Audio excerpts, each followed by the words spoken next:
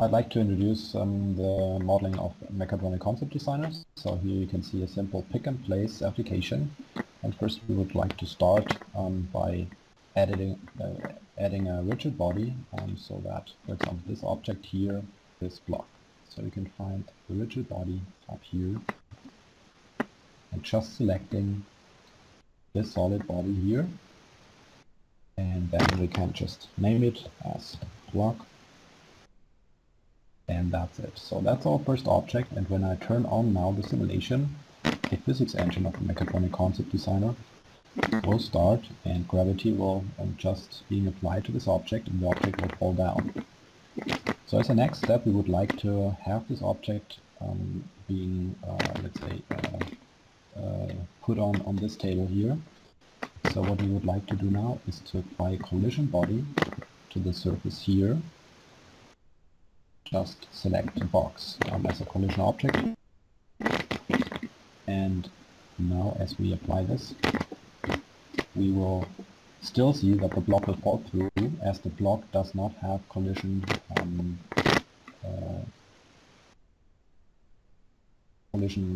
functionality. So what we have to do now is to apply also a collision body to this block.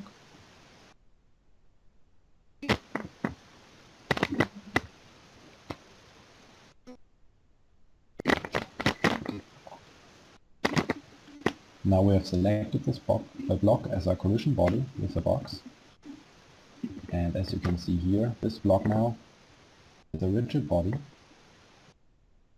and it also does carry a collision body. After that, the block will stay and collide with the surface here, and we can pull it around, and when we pull it over, it will fall down. Next step is that we want to detect a collision in between this picking mechanism. So first of all, we would have to animate or do the kinematics for this picking mechanism. So we need first rigid bodies for this picking mechanism. So we can select these two solids here to be that body, for example, and we can also create another rigid for the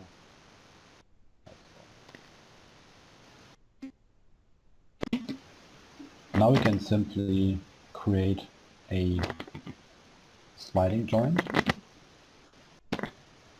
for this body here, and we have to select the direction for this sliding joint, which can simply be the face normal, for example, of this face here. And we don't need an offset, and currently also no limits. So when I click simulation now, I can see that I can slide this in and out. Next step is that I would like to attach this set body to the X slide. So we're also doing a sliding joint here, selecting this as an attachment, this X slide here as a base, and now we would have to define the vector, which, for example, could also be selected with the quick selection here. If you would like to invert the vector, we can simply do that by double-clicking on it. Now if I click OK and I would play the simulation, we did not enter any limits to this set axis, so when I play it, it will just fall down. Therefore I would like to add a limit, lower limit, upper limit. So for example, upper limit, which is maybe the current position, we could just have a limit at, for example, 100, and lower limit at, for example, -50. So now let's see. The axis is going down, but will be limited by its movement, by the limit what we have entered. And now we would like to define the attachment mechanism. So first of all, I need a so-called collision sensor. This collision sensor detects a collision in between the picker and the object, the workpiece. So let's just select this cone here as a collision sensor and just click OK. So when I activate the simulation right now, I can see that the collision sensor is triggered when I touch the object. When I go above the object, we will lose the trigger. So the next step is that we first make sure that we have a, let's say, a movement of this mechanism, which will just try to pick this object down here and put it over to this spin. So what we need is a position control, which drives this X slide this, at a certain speed, 100 millimeters per second, and the initial destination at 0. And we will also need a position control for the Z direction, and we define that the same way. So what will happen now during simulation is that this position control will keep this handling mechanism in place at position 0 for the x-axis and at position 0 for the z-axis. We can now click on these two and put them over to the so-called runtime inspector. And this position control number 2 is the z-axis. So when I just enter a position, for example 10, it will go into the direction I've defined for the z-axis, which is going down in positive direction. If I enter a position which collides with the object, you will see the collision sensor which is going to be triggered. And the same will work for this x-axis position control. So the direction is defined positive to the right, so I can just enter, for example, 500, and it will go over to position 500 then. What I need now is to be able to pick this object after it is after a collision is being detected. So what I can do now is just to introduce another joint, which is a fixed joint, and this fixed joint will be attached with the rigid body of the z-axis, and the attachment is left open. So we do not define the attachment right now. So this attachment will be defined during runtime of the simulation. And what we are doing now is to add an operation to dynamically attach this object to the fixed joint which I have just created to this picker when a certain condition is met. And the condition is the collision detection of this collision sensor here. So I can just add an operation here, and this operation has two parts. So the first part is changing or manipulating the parameters of MCD objects, and the second part down here is the condition part. So this condition part is defining conditions which have to be met when or if these conditions are met, these changes to MCD objects are going to be executed. So first I need the condition, which is just the collision sensor. So the collision sensor, the condition now is if the collision sensor is triggered equals true, then I will do something up here. And do something up here specifically means that we're using this fixed joint here, and we want to change the attachment by getting an object from a trigger. So the trigger is a sensor, and using this object, which is going to be triggered by the sensor, to be attached to this fixed joint. So now I'm just selecting which sensor I would like to use to detect which object I want to attach to this fixed joint. That's exactly the same collision sensor. After I've defined this, I can start the simulation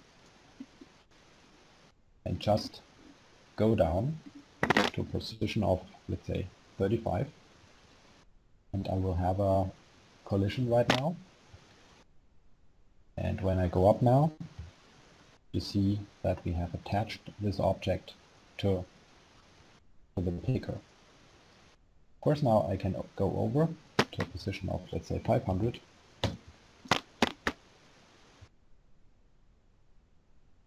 And if I would break the condition or break the joint, which is defined here, for example, by deactivating now by hand, for example, this will let the object fall down. As the second part, I would like to define a sequence of operation which will just pick this object up, will move the object over there and throw it into the bin. So starting with this, we first of all have to define an operation which will operate this position control going down. So that's this position control. I can just pick it. And I can say that I would like to move this Z-axis to a position of 35 millimeters. And if I would execute it, it would initially go down to 35 millimeters. After going down to 35 millimeters, I can see that the collision is triggered and the object is going to be picked. That means I can introduce a second operation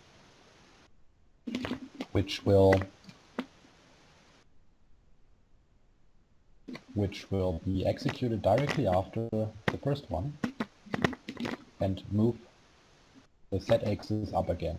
So I will pick again this position control and I will just define to go to 0 position, and then I will connect it here. As MCD does not know during the simulation where the Z-axis is going to be located at that point, it will define this object, let's say, time discrete, and will not apply a length here. I could change that by just saying that it should not go to 0, but I could say that it should retract by minus equal, for example, 35 millimeters. And then, of course, I would also again have the length information or the time information. As you can see here, this is going to be executed, pick the object and move up again. Next step then would be pretty simple, just moving over to, let's say, plus 500. And then I can connect that bit again. And after that I can just add an operation which will operate this fixed joint and just, let's say, define the attachment as null again, which will remove the block as an attachment from this fixed joint, and therefore the block will fall down. When I do so, I can link it, and also I can set the time to 0 as this is a discrete event which will just be executed and does not need time to be executed. Now if I play the simulation, you will see that it is going to be moved over, and after that the block is going to be dropped due to the removal of the attachment out of the fixed joint. As you can see here, the bin currently does not have any collision attributes, so it will basically fall through the bin.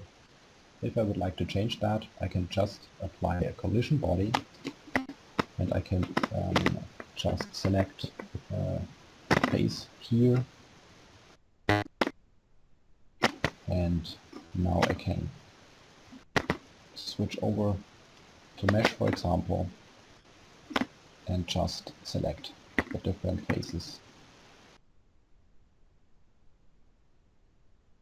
here so that the bin is now modeled as a collision object. And when I run the simulation now, it will drop the box and the box will collide with the bin. Thank you.